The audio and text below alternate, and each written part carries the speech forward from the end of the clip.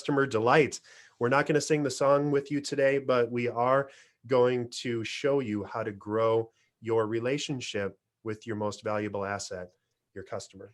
I have Suzy of CustomerXology here with me, and you are all in for a treat if you're a BizzyWeb customer or fan, because Suzy is a guru in the space of understanding what your customers truly need. She's got some fantastic content, and I'm going to show you, after she shares what you need to know, how to automate that and bring it together. If you're looking to connect up with us, here's our contact info. Don't feel like you have to scribble that down right now, because we're going to share that again at the end. And for those of you who hang on until the end, we also have a couple of special offers that are available only to folks that make it all the way to the end. Now, if you're watching the recording, no cheating, no scrolling ahead to the end just to get to the special deal. I guess I can't stop you, but would love for you to actually listen to what we've got coming up. Here's what we're going to talk through today. And I'm so excited again to get into the meat on what we're going to be covering, because it's something that we like to think as business owners, or, you know, at my business, that we're really good at. But it's when you really start looking at the data and the details, that there's a lot of very small things that can make very big differences in customer relationships. And so Suzy's going to talk about how to focus on your customer's experience, why that matters, how to build a growth engine fueled by customer delight, and the 3 moments of truth. This is so fun for every business when managing customer relationships. And then I'm going to talk about how to set up a feedback mechanism and how to really make this work in day-to-day life. So without further ado, Suzy, tell us all about what customers are saying and what it means. Will do. So as Dave said, I'm Suzy Freeborg, the founder of CustomerXology. We're a boutique consulting firm that specializes in transforming businesses from average to exceptional by igniting their customer joy. And I'm so excited to be here to talk to you about what that means. So format wise, just so you know, I can't see you. If you have questions, please feel free to put them in the chat. Dave will also, he just saw that he put something in the chat. So we'll try to respond to your questions as we can throughout our time together today. So with all the different, so let's just dive right into it. With all the different ways that customers interact with businesses, managing those relationships with customers is more challenging than ever before. This slide is showing you some examples of what I've heard customers say. I refer to these as friction points, and you'll hear me talk about friction points a lot. It's just kind of part of my vernacular, but you'll hear me talk about it a lot, because those friction points are actually what impact your customer's experience with your business. And what, so Dave, you want to advance to the next slide? And what I wanted to say also is that those friction points, and in terms of when those happen, how customers feel at that point is that they're feeling frustrated and angry, or they might be feeling confused, or they might be feeling that what their experience or what their needs are don't matter to your company. And really, if you want to grow your business, you want to focus on delighting your customers rather than having them have that negative experience. So let's talk about what customer experience is. So customer experience, I've used the term a few times here, but it's really the impression the customers have of the combined interactions with your business across all channels, functions, and systems. So, and that's the important part, is that it crosses everything. And that's what your customer's perception is. And your goal here is to actually work to achieve that positive emotional reaction, or that spark of joy. That means that you've exceeded your customer's expectations during the experience. And what, like, you know, I use the fireworks analogy here, or the visuals here, but, you know, with any customer experience situation, of course, there can and will be duds. The goal here is that you want to quickly mitigate or respond to those situations, replace or fix something. And then, but the other part here is that you actually want to use those insights from those situational negative experiences to actually then proactively look at how you serve customers and make those changes to be more prolonged and impactful for future customers that come into your business. Okay, Dave, you want to advance? So a lot of times when I talk with clients, they say, well, we have a customer service department, so we're doing customer experience, or we have a customer success team. And, while it's true that those departments or those individuals do support customer experience is more than that. And to demonstrate this, I'm going to actually share a personal customer experience story with you. So for Valentine's Day, my family surprised me by ordering me a potted rose bush. So super excited to have it arrive. But if you live in Minnesota, you might remember that we had this extreme Arctic blast during the month of February. Not exactly conducive for shipping of live plants. And so when the roses arrived, they were frozen. And but I was excited because the tag that came with it said, well, the company had 100% smile guarantee. So what I proceeded to do was, I called and talked to them, but the experience that ensued after that was less than ideal. So I ended up spending nearly an hour long on a live chat with the company to resolve the issue. I had 4 phone calls with customer service to resolve the issue. They submitted 3 replacement orders. And I also received conflicting information on their regarding delivery status from their online portal, from their voice response system. So needless to say, their 100% smile guarantee was meaningless because it turned my smile into a frown.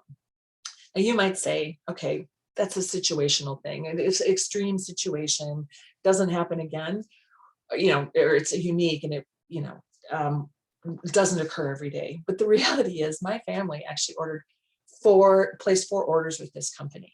And 3 of the 4 orders had the same negative experience. Not good. So in that situation, this company had 4 customer support teams or departments or whatever you want to call them. They had, the customer service system, they had a live chat, they had an online portal, and they had a voice response system. And yet, even with all those reactive ways to respond to the customer, my experience was terrible. They created a horrendous experience. And so that's why I say that customer support is different from customer experience. Customer support is reactive, responsive, it's transactional in nature, whereas customer experience looks holistically across the entire journey of what a customer is trying to do with a business and looks cross-functionally. And so it requires a mindset and a discipline to address. Do you want to move to the next slide for me?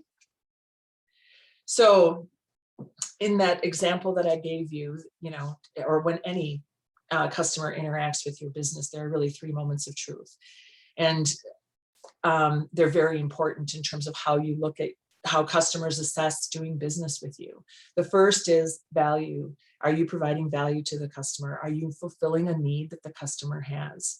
The second is how easy is it for the customer to do business with you? And that really does get to a lot of the friction points that I mentioned. The third and most important is how does the customer feel?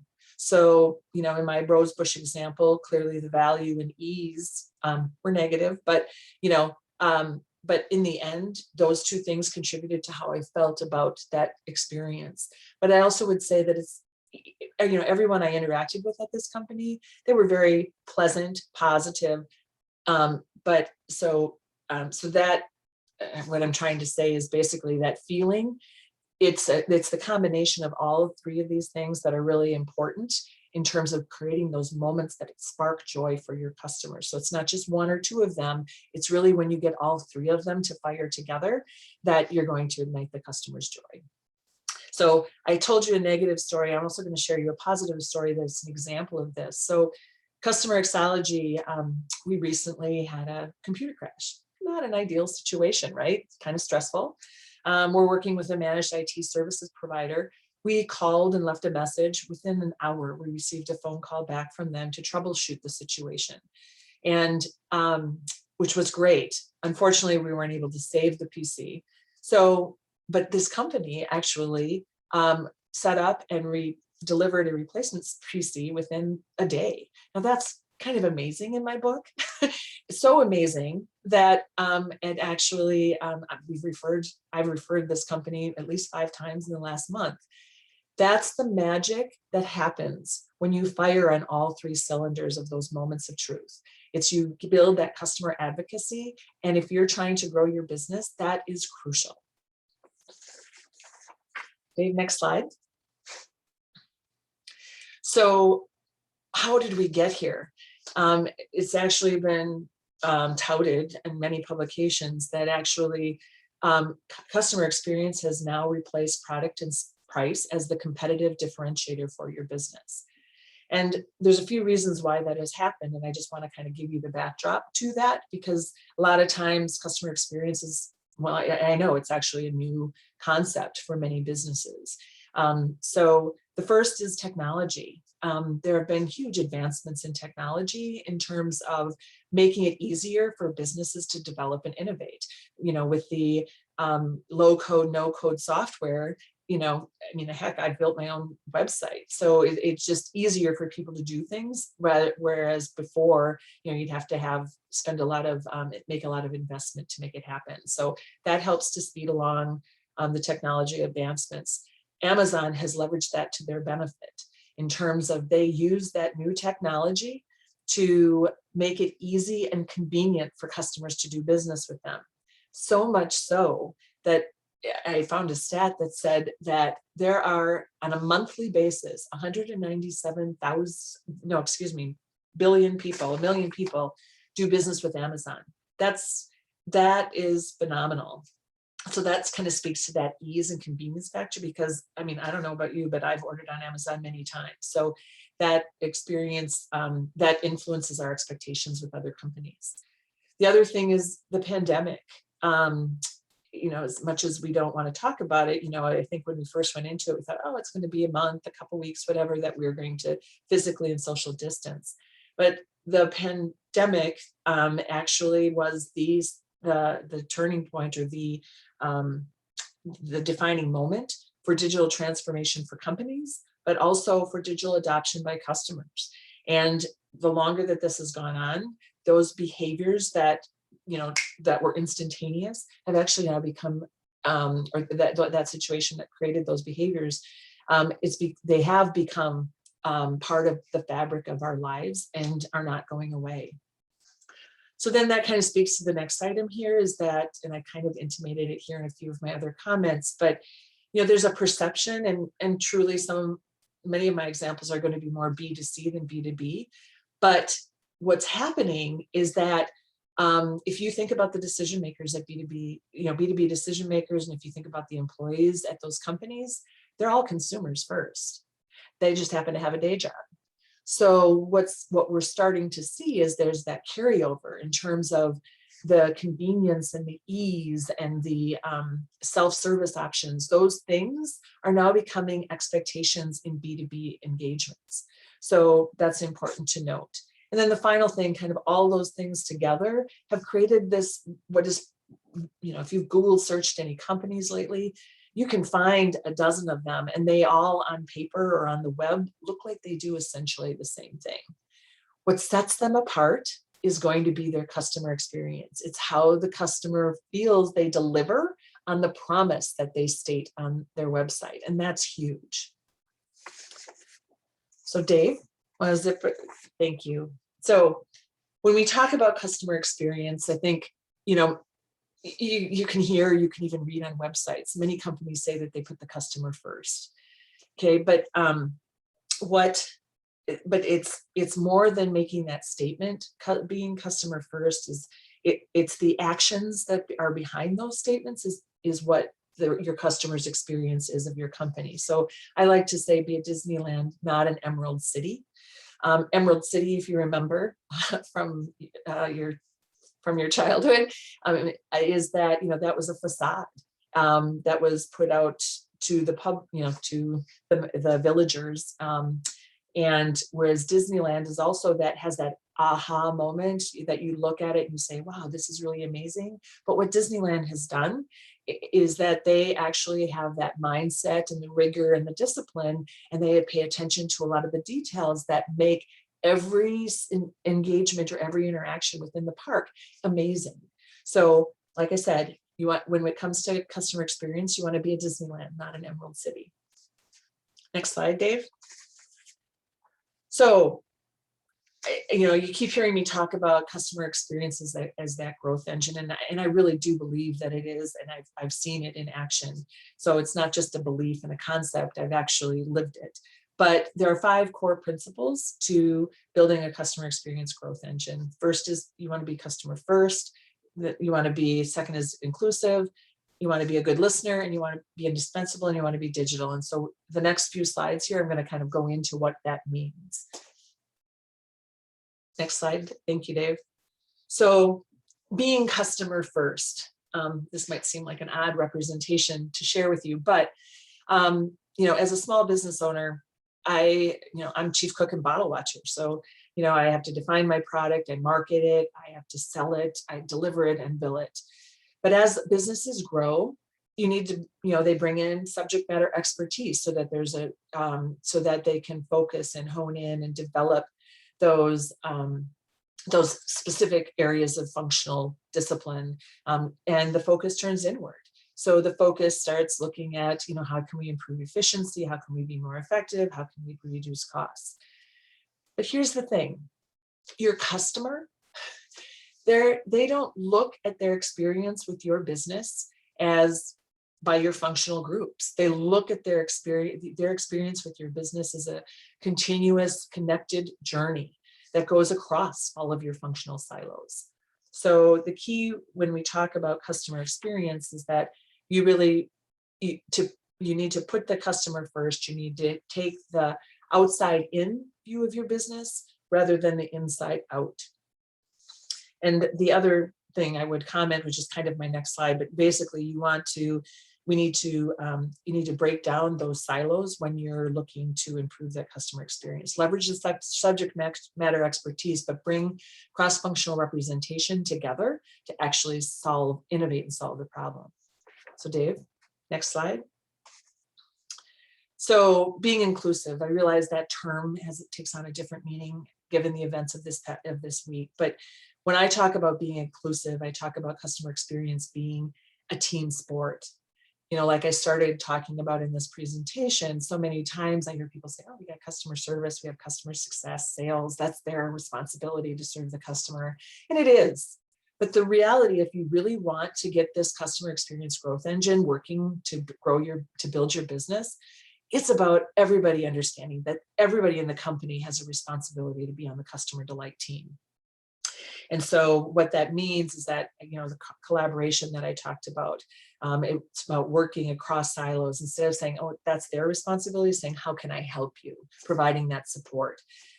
It's about innovating, you know, using that group think process to bring together all these different people who are expertise in their areas, but to leverage that to come up with meaningful solutions for your customers.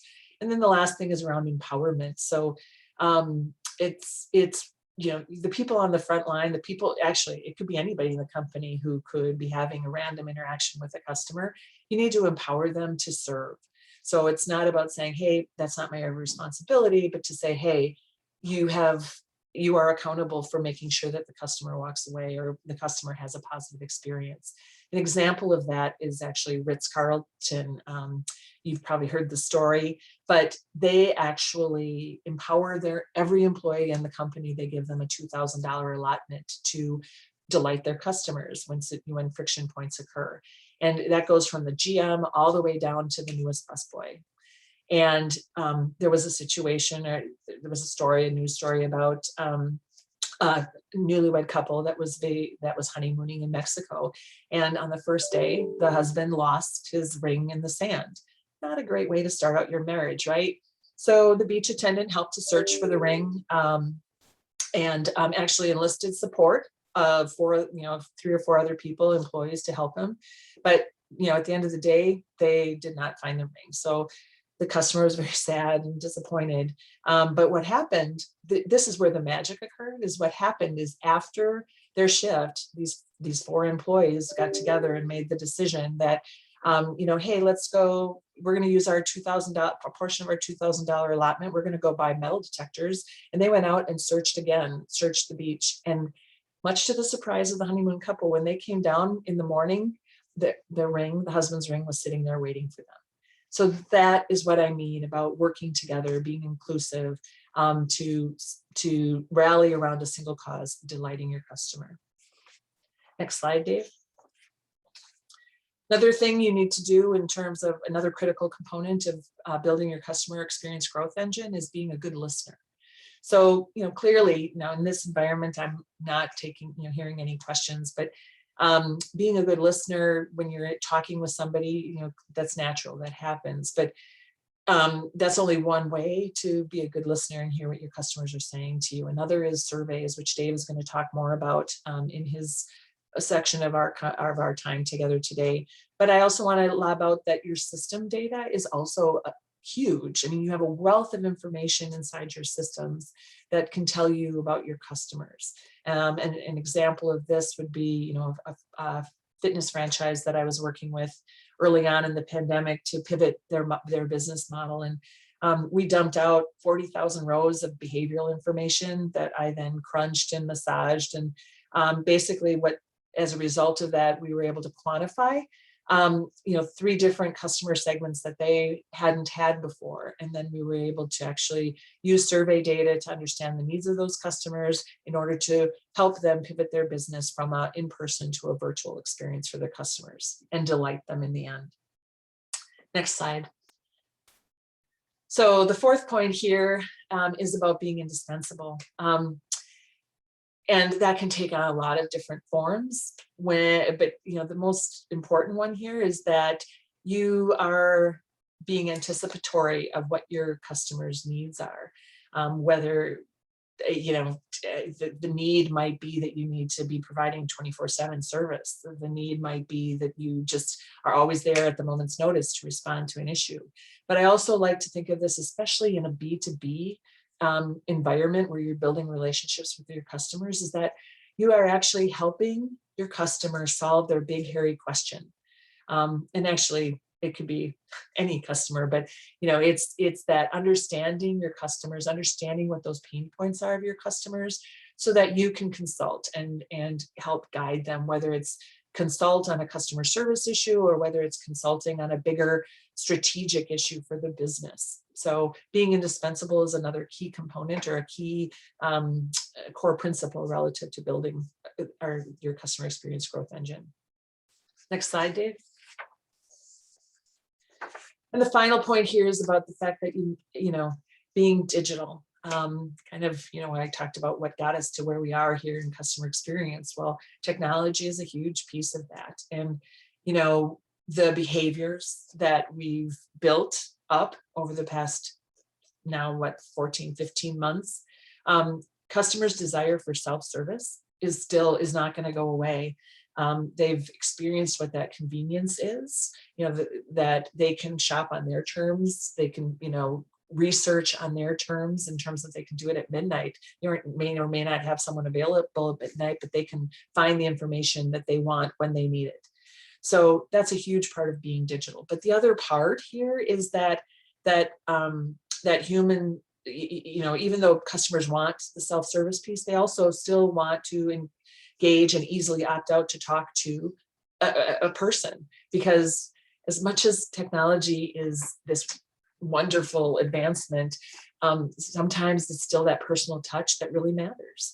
And so it's about leveraging technology to help your staff be more effective in how they do their business.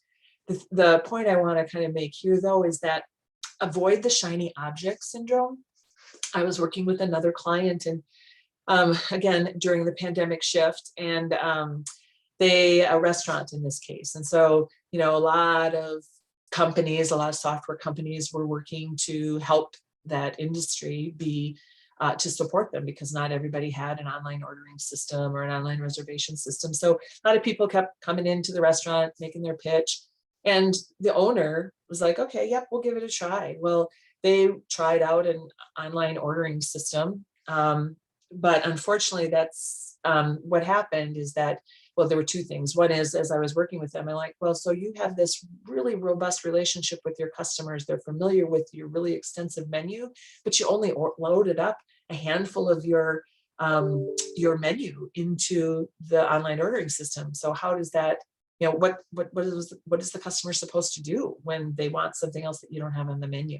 The other thing was that that online ordering system did not integrate with their POS system, and the POS system is what the chefs use to know what they have to cook.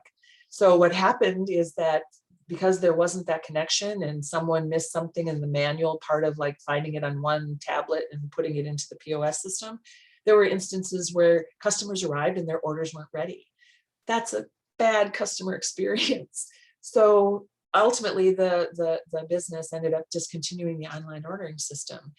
That's unfortunate because that's what their customers wanted. But they because they didn't talk to one another, they just felt that the risk was too much, and so they walked away. So that's my story of avoid the shiny object syndrome. Really be conscientious about looking for putting in technology that that integrates well with one another. Okay, Dave, thank you. So we talked about kind of what are the core principles. We talked about that you need to put customer first. You need to be inclusive. You need to be inclusive, be a good listener. We talked about being indispensable for your customers, and then we talked about being digital. So those are kind of the core things. But now, okay, you have that in place, but how do you rev up that customer experience growth engine? That's great. The other stuff is great information, but this is more practical about how do you do it. So Dave, you want to pass on, move it forward? So the first thing I would say is that you need to work on your business rather than in your business. A lot of times as business leaders, it's really easy to be heads down, focused on, where are the fires burning the hottest in terms of how I need to respond, how to, managing my people resources. It's about looking at cost containment, those types of things. It's really easy to get caught up in that. And it's hard to see the forest through the trees. And so anecdotally here, I'm working with a manufacturing client now, a jewelry manufacturer, and this kind of heads down focus in terms of operational efficiency. Great, but they have an online website, and and on the website they actually describe all these different customizations for their jewelry, but their customer is a gift store buyer and not a jewelry expert. And so they say all these different clasp types, all these different baubles, all these different chains are on these websites, but they're just words. They don't mean anything to the buyer. And so it's about stepping back to look at the experience again from your customer's perspective and to work on your business rather than in your business. Next slide, Dave. So now that we've set that stage, the next thing is to identify where to start in terms of your friction points in that customer experience journey. And these are just examples of typical ones. Every business is different, but just to kind of jumpstart your thought process relative to what you might be looking at for your business. So the first, again, self-service, that is not going away. Self-service can be knowledge bases. It can be an online portal. It can be, those are the two big ones, but basically your customers want that. So to look at how you can deliver on that promise to them, or that to fulfill that need for them is a better way to say that. The second, especially in a B2B environment, is that onboarding of the customers. That's the transition from what the salesperson, the marketing and salespeople promised, and what you actually have to deliver on. And how can you make that process easy, quick, simple for your customers? Sometimes companies, especially if they're just starting out, may not have that defined. And so I would encourage you to look at it. The third one, again, speaking back to my rosebush story, but basically issue resolution. It's rare that a problem is going to be solved just with one department. I mean, it does happen, but the big hairy ones, the customer experiences that create that disdain, that unhappiness for your customers, that's what I would encourage when we talk about issue resolution, is looking at issues that cross all of your functional areas and how can you smooth that out for your customer. And then the last, because customers still want value, is figuring out for your particular business, how do you provide that? And part of that is to make it easier to, some of the more routine tasks, to automate them, to set up some workflows, so that that frees up your staff to actually be consultative and work with your clients to solve their big, hairy questions. So last slide, I think, the second to last slide, I guess. And then the third piece is follow a proven process. So I use the analogy of customer experience like being similar to a home remodeling. Your home in this case is your business, but you want it to be a place that is comfortable and meets the needs of yourself, because you're living there, you're living in your business, but you also want it to be a place that is engaging and delightful for your guests, in this case, your customers that come to visit you. The other point around my remodeling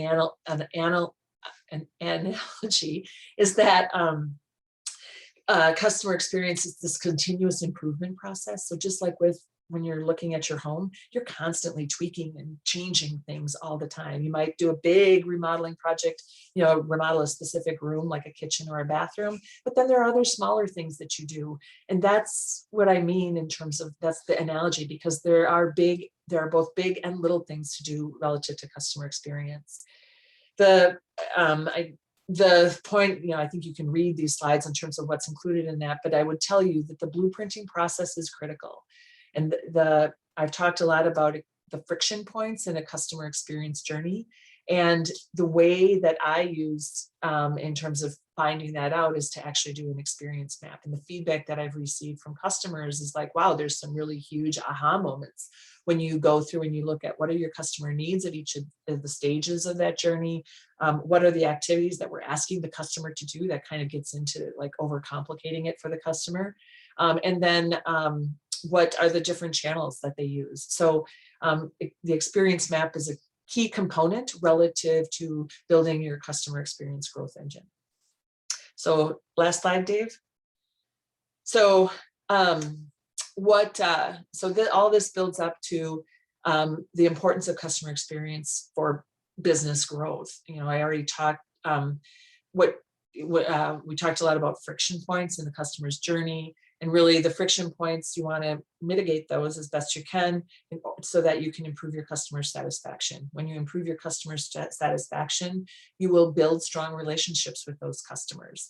And as you build those relationships, they're going to stay with you longer because you become indispensable.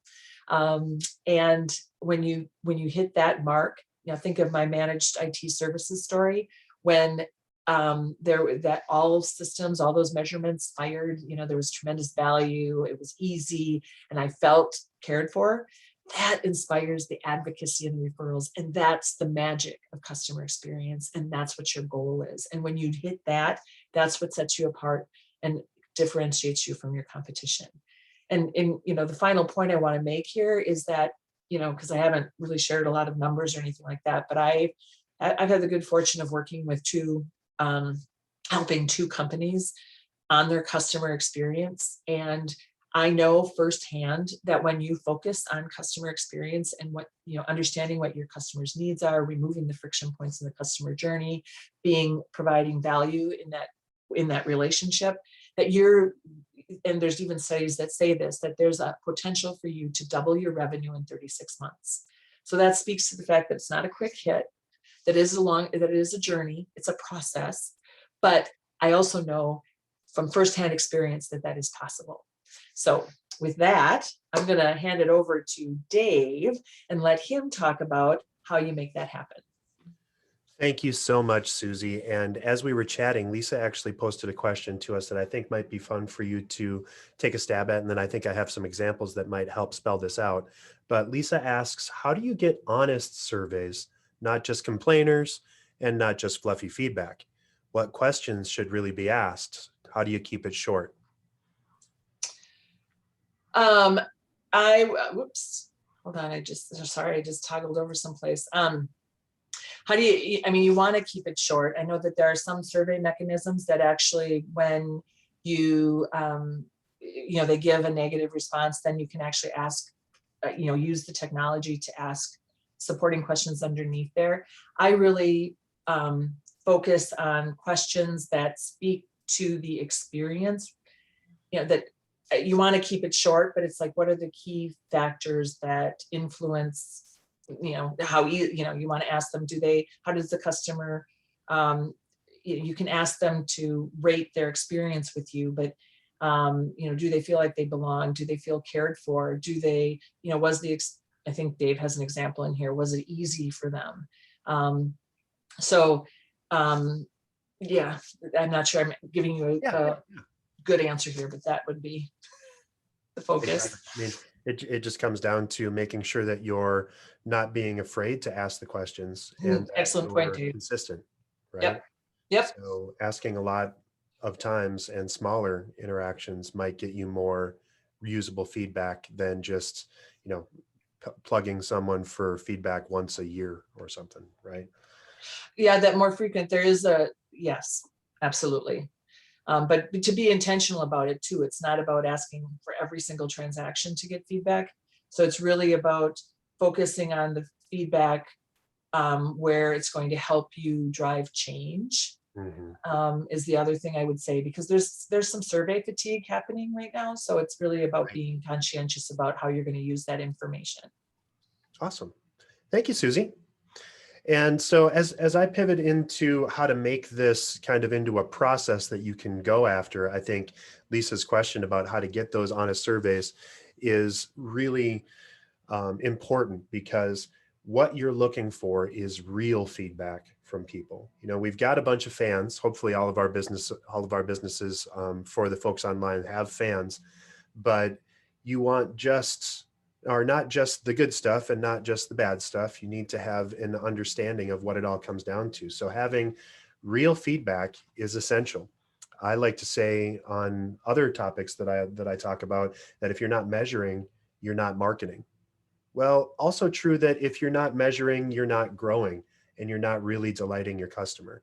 If you don't have a line in the sand where you can say, yes, our numbers are improving or our content is meeting the needs of our customers, then you don't have enough to really truly engage people. And it's what's really exciting about customer experience and improving and delighting your customers is that it's 10 times easier to make another sale from an existing customer than it is to make a brand new sale from someone that's never heard of you before.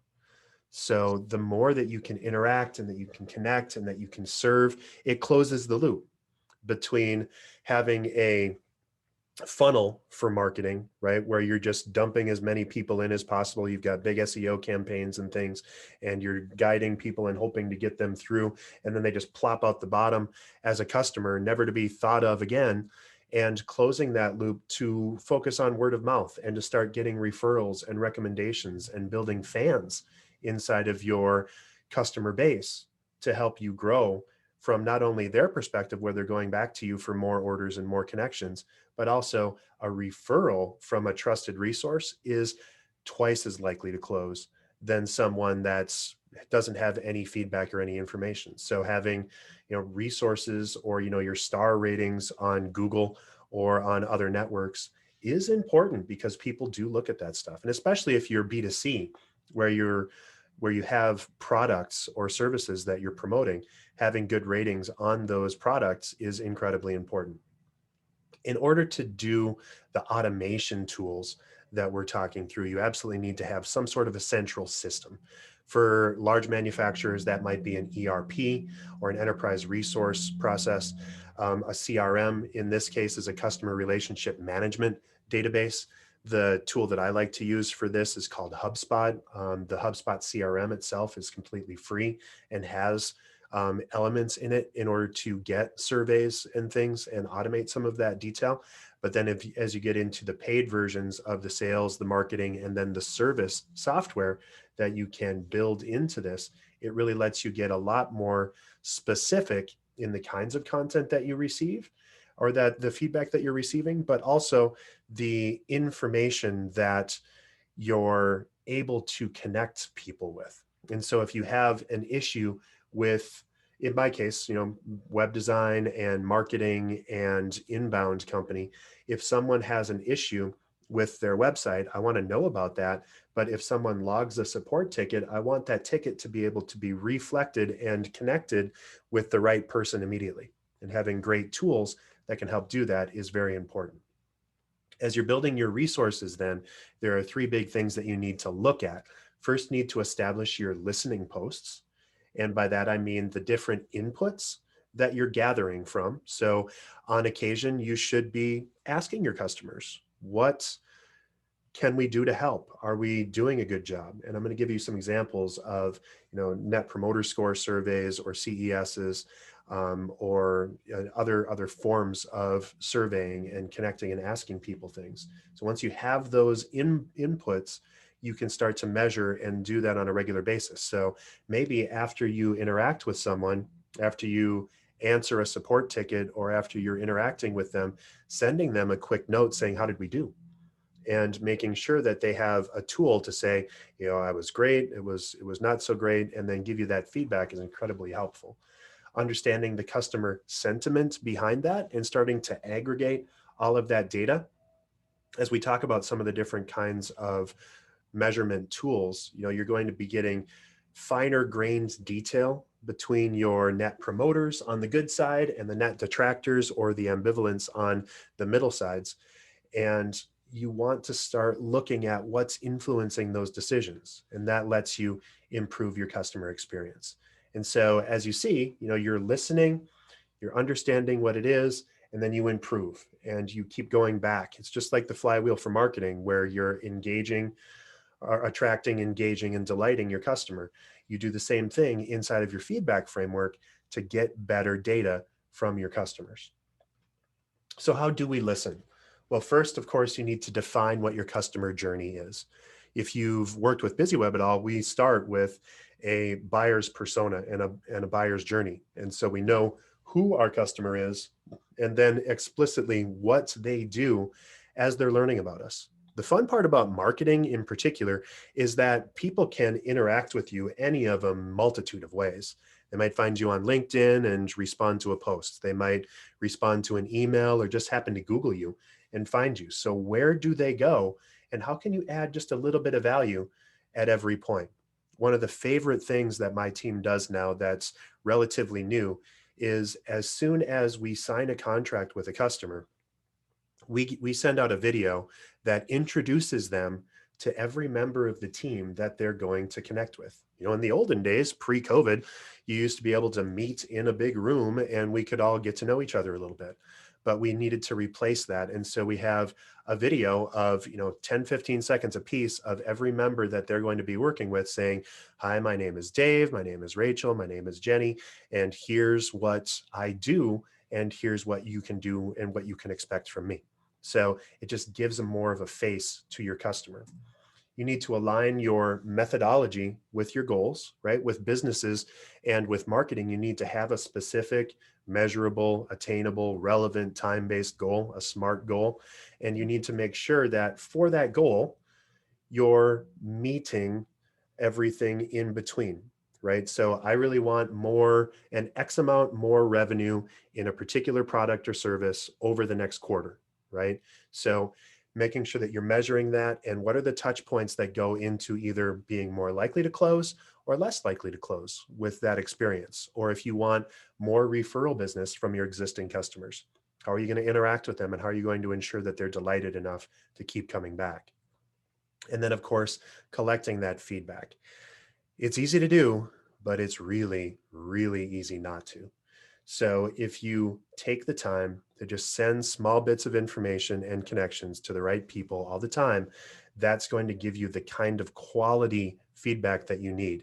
And you don't want to just query people once a year, and you also don't want to query them every single time they talk to you, right? So, mixing that up and just engaging with them enough that it feels like you're helpful and interested in their conversation and their feedback, without hitting them over the head with it.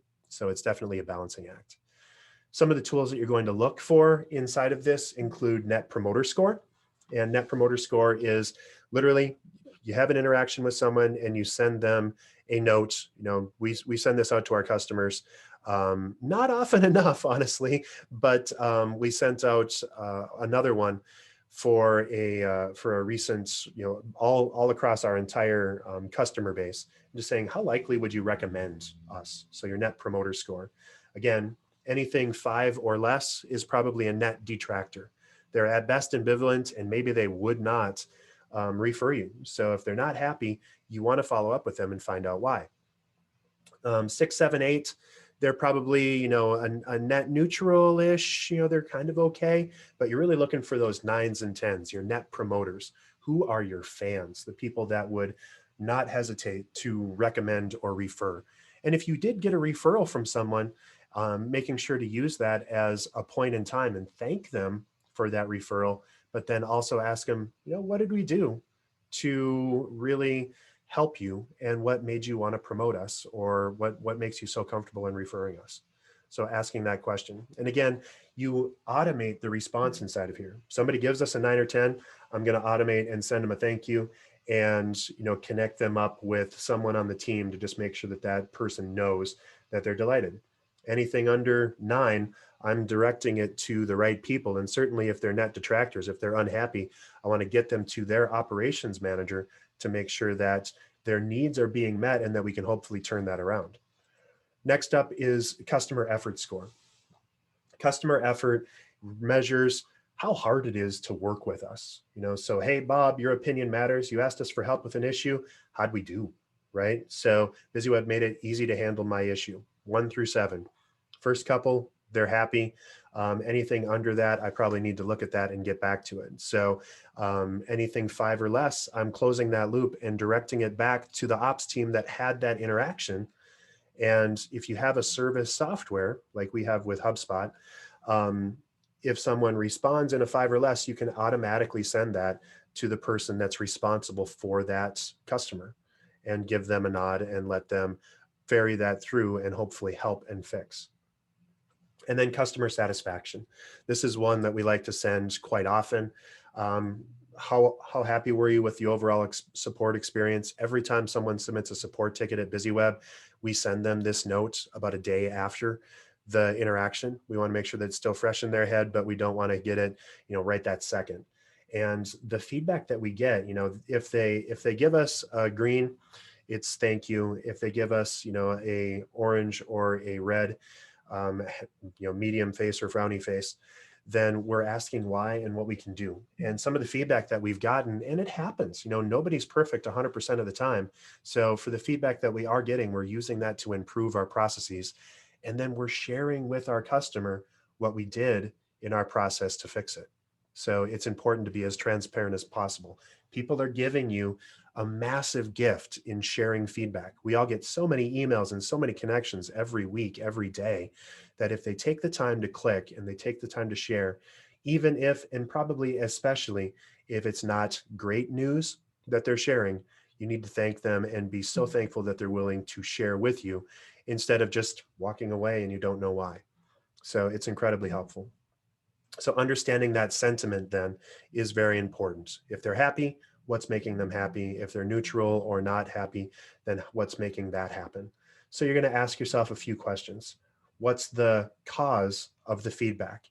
So was there a support issue that they were handling? And if you did a fantastic job in covering that support issue, you know, maybe in our case, we host about 300 websites. So sometimes things happen and websites do go down. It's never a good time when a website goes down. And so people aren't going to be delighted, but what happened to lead up to that issue and what happened to lead up to the resolution of that issue?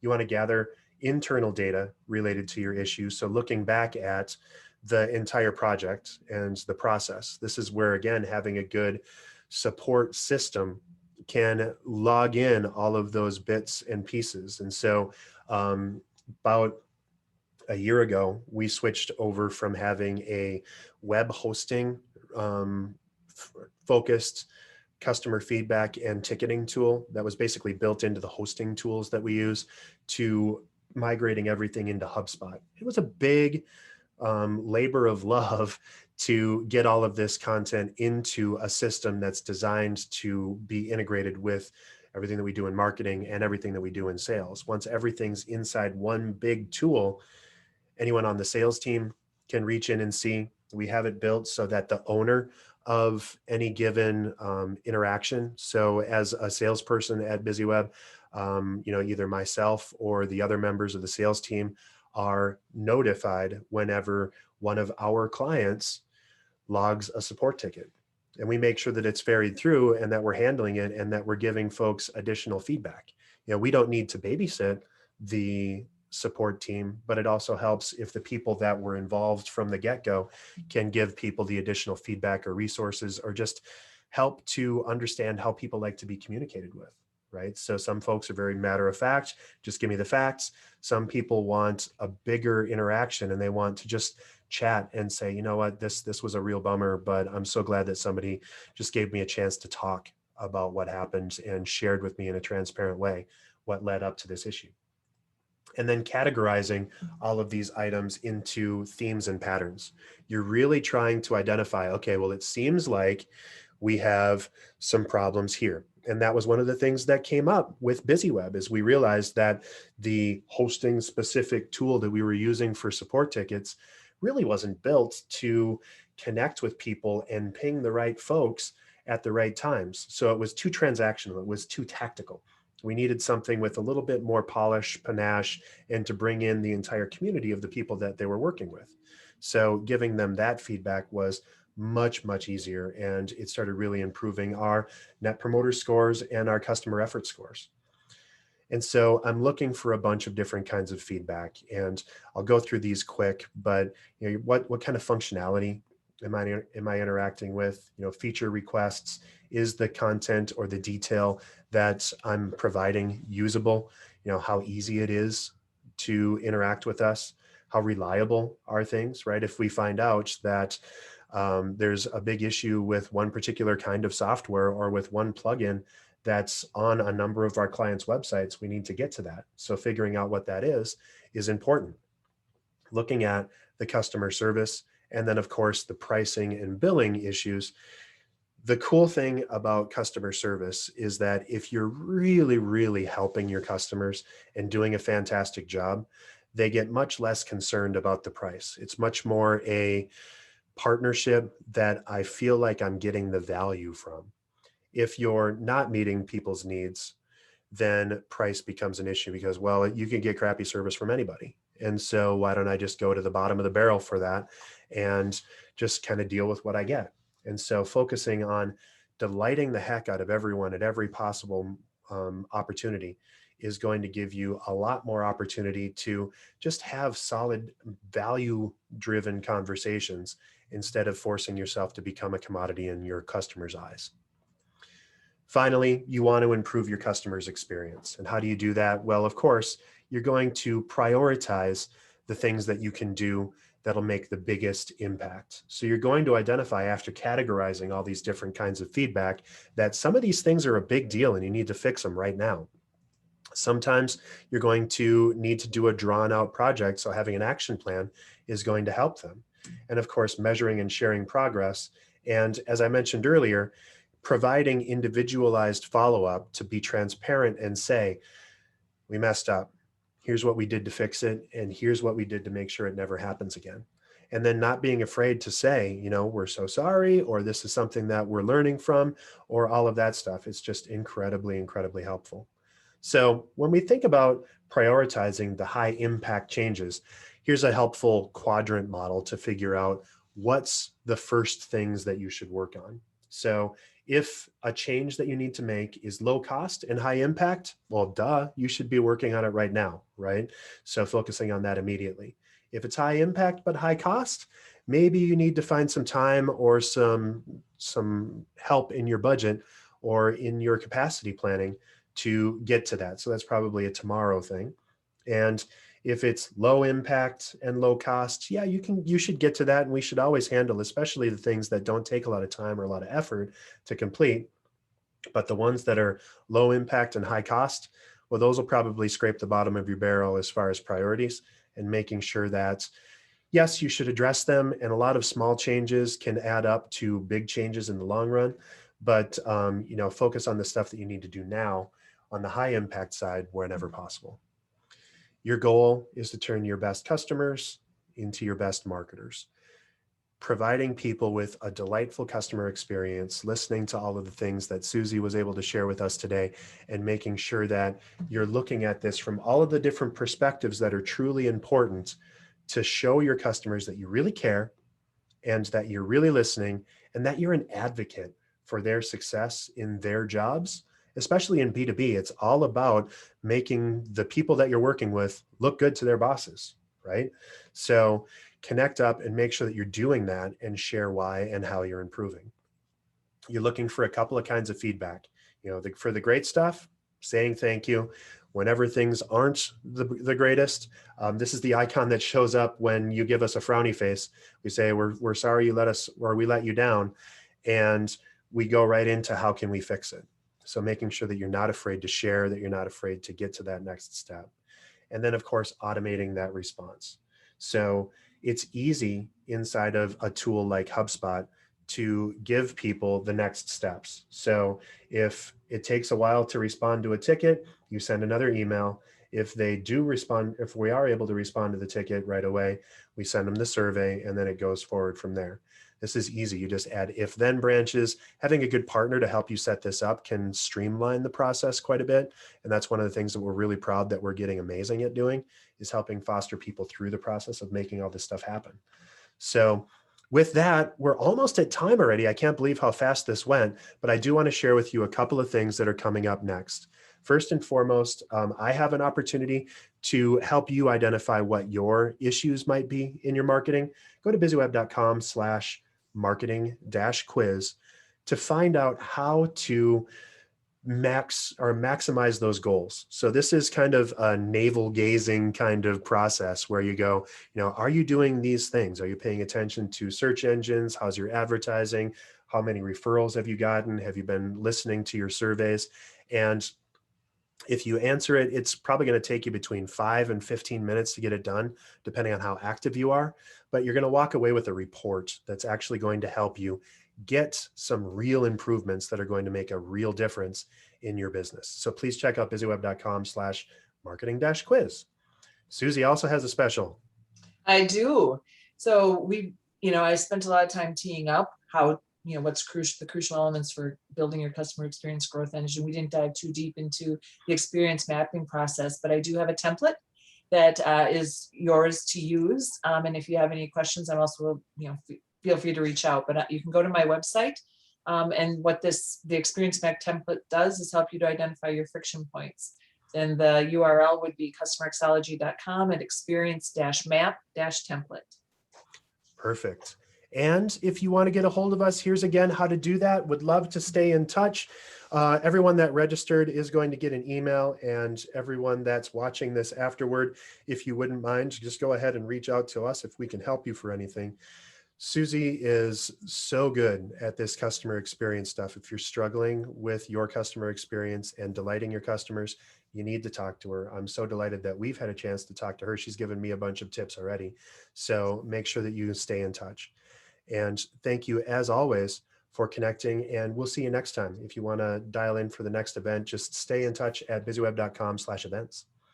Suzy, Great. Thanks so much. Rock and roll. Thank you, Dave. And thanks for the opportunity to provide some delight.